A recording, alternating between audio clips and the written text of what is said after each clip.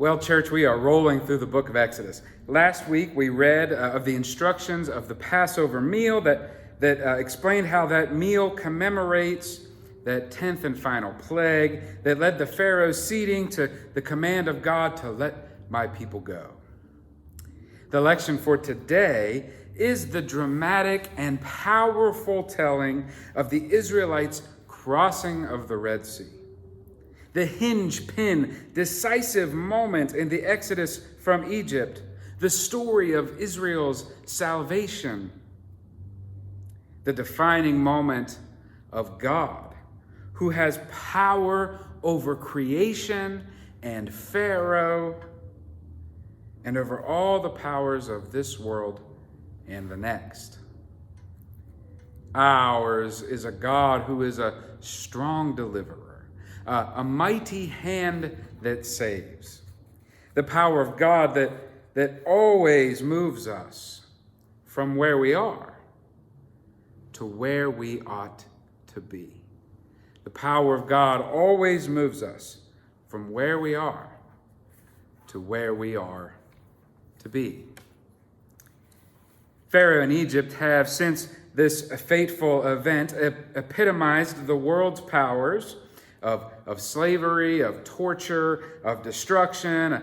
Pharaoh in Egypt becomes a stand-in for all the death-dealing powers of the world. And this story is told with drama and flair and concrete truth of events that happened.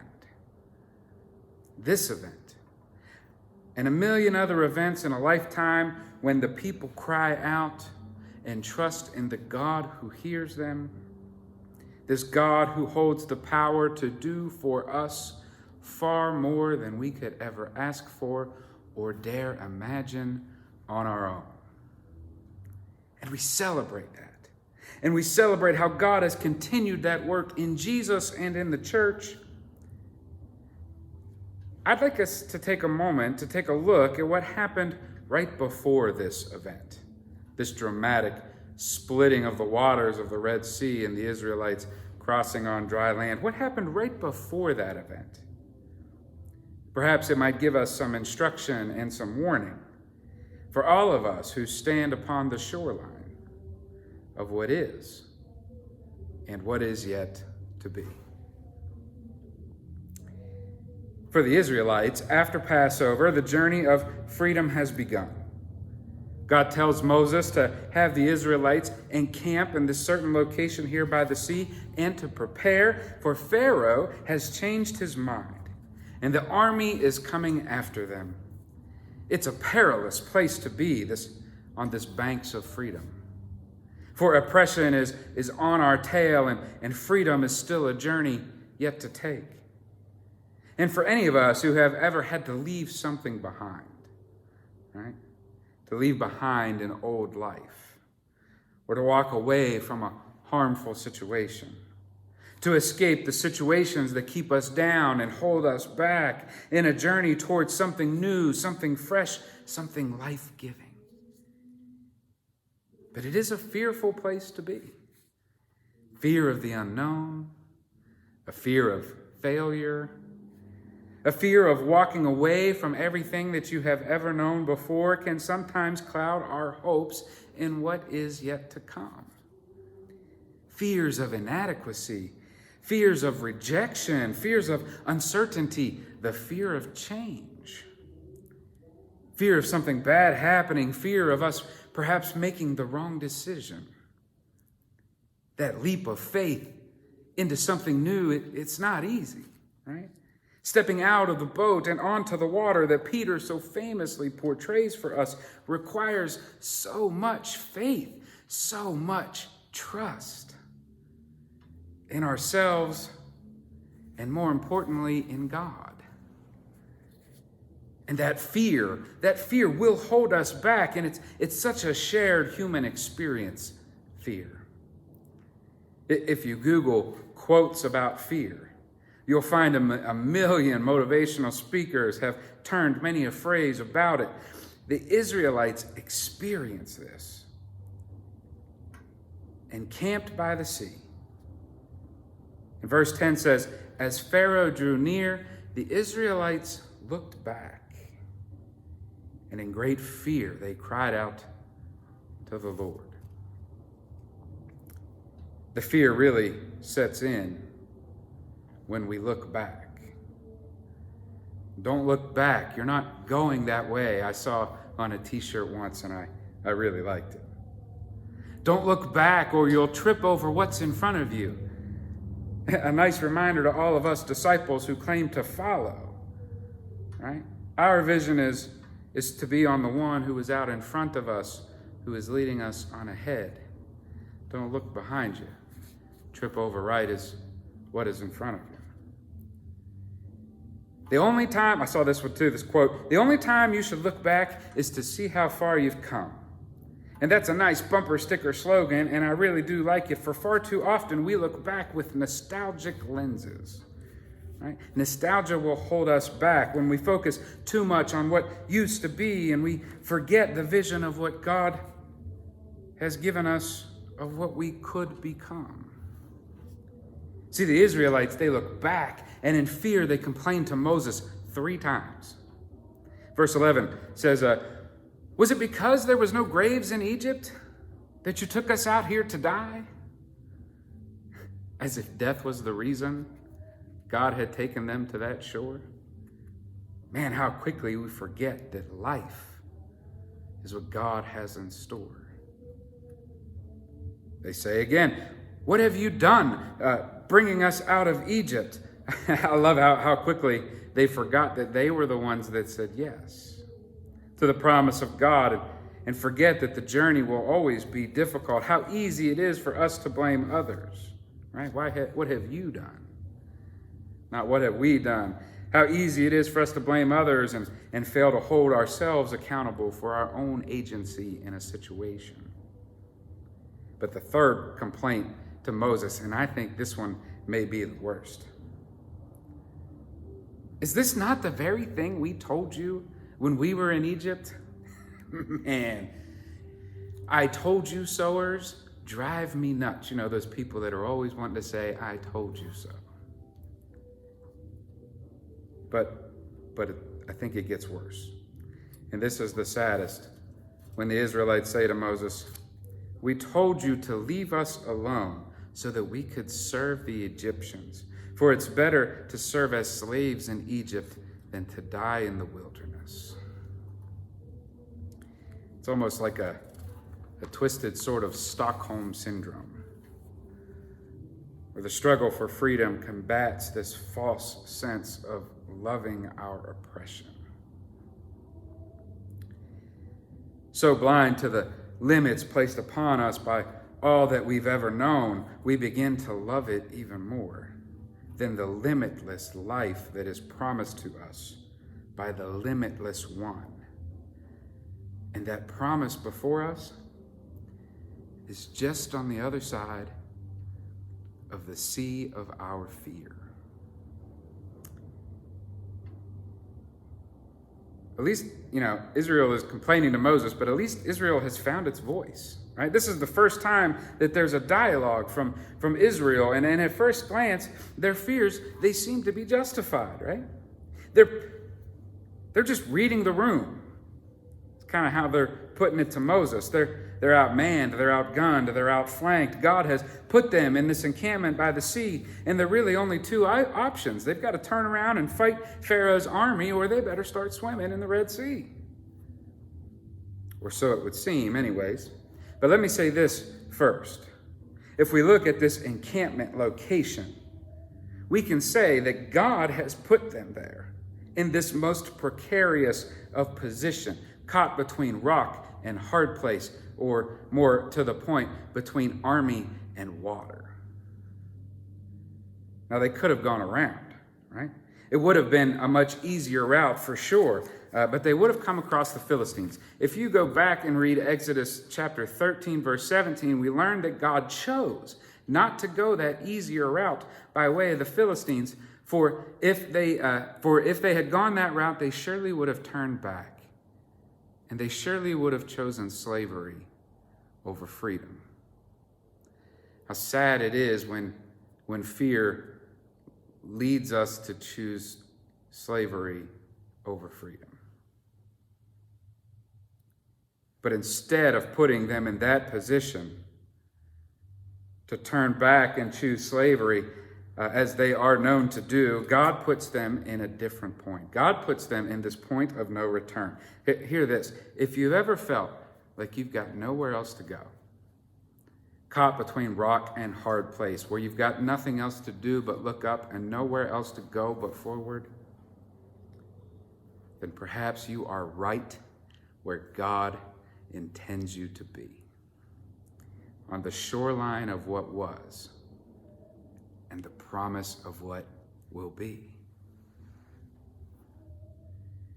Moses had offered to the Israelites this revolutionary alternative to the life that they knew, which always seems good at first until we stand upon that shoreline where the waves of the fearful unknown come crashing in around us. And here, I think, is the problem with Israel's response. And it's not because they were afraid, right? Fear is real. And fear is powerful. The problem isn't that they were afraid. The problem isn't really even that they complained. Complaint can be faithful. There is a whole category of prayer and a whole book called Lamentations, right? The prayer of lament is holy complaint even against God. So here, I think, is the issue. As we reread their complaint, that they recall the name Egypt 5 times in their 3 little complaints. 5 times. Egypt, remember, is the stand-in for the powers and principalities that oppress us and hold us back from freedom and life. 5 times they call upon Egypt because Egypt is the only name they've ever known. Egypt is the only name that they can rely upon. Egypt becomes for them the only name that they love to sound. And this is what the Israelites need saved from. And with mighty power, they are about to learn a new name to know, a new name to rely upon, and a new name to love to sound. Without God, their complaints are valid. Without God, their predicament is perilous. Without God, they are outmanned and outgunned and outflanked. Without God, they are probably better off as slaves. Without God, their life that they knew is better than the life it is now, that's for sure. You see, they name Egypt in their complaints, but it will be the name of God that will reign victorious. And it will be this God who will be with them through it all. You see, Moses responds to their complaint with, "Fear not," or "Do not be afraid." Do not be afraid. Does that sound familiar to you? It should, because it is the most often repeated line in all of our Holy Scriptures. It's repeated at the presence of angels, and every time humans are found in the presence of the divine presence. Fear not. Do not be afraid. Why is fear not or do not be afraid the most often repeated line in all of Scripture? Well, probably because fear is so common and so shared among humanity.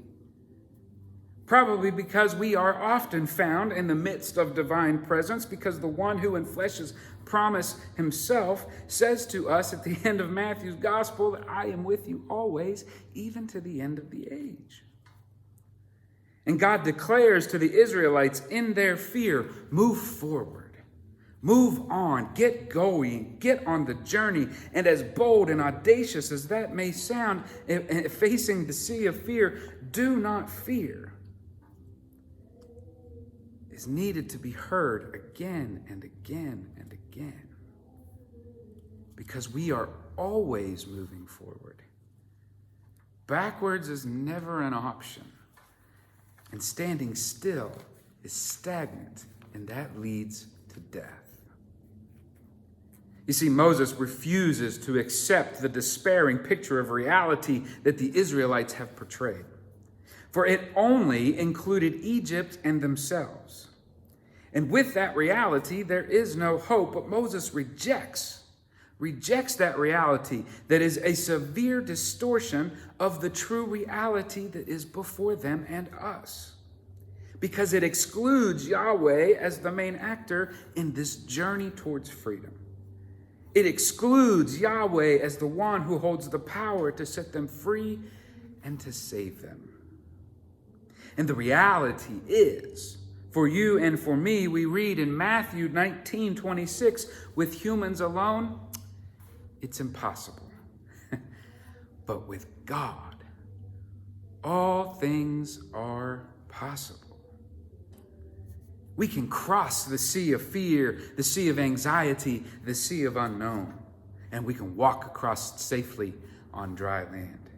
The powers and the principalities that keep us looking backward will be swallowed up within these waters, but as for us, with God, we will walk across on dry land, and even our enemies will declare, the Lord is fighting for them. Did you hear that? The Egyptians cry it. The Lord is fighting for them. And the Lord is fighting for you. Notice Israel, in a fearful looking back, can only utter the name of Egypt. They can only utter the name of the thing that they fear the most. And twice Moses responds, without fear, the name of the Lord. Even Egypt will come to know his name and confess upon their lips, and they will know this name and rely upon this name and love to sound this name. And still today, those of us on the shorelines between where we've been and where God is leading us, we recall God's conquering of Pharaoh and Egypt and recall that beautiful confession of Romans 8 that says, what are we to say about these things? If God is for us, then who is against us? Who will separate us from the love of God? Will affliction or distress or persecution or famine or nakedness or peril or sword? No. In all these things, we are more than conquerors through God who loves us. See, the crossing of the Red Sea ends with a couple of lines that can be summed up like this. The Israelites, now on the other side of that shoreline, looking back upon everything they feared behind them and nothing but freedom before them, it can be summed up like this. The Israelites see and know Yahweh saves. And they can call upon this name. In Hebrew, the name is Yeshua, which means Yahweh saves. The Greek form of that name, you know it. The beginning of Matthew, 1st chapter, verse 21, an angel comes to Joseph in a dream, and the angel says to Joseph, do not be afraid to take Mary as your wife, for she will bear a son, and you will give him the name Yeshua, Jesus, which means the Lord saves. For he will save his people from their sin.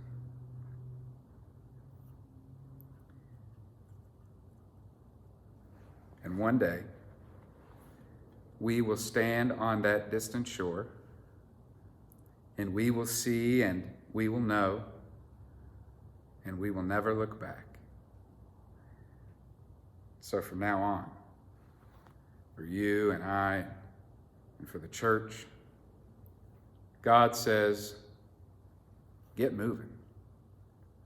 Move on. Go forward. Take that first and the first of many steps upon the journey to freedom. And I'll provide for you a way through these waters, and you will know my name. Amen.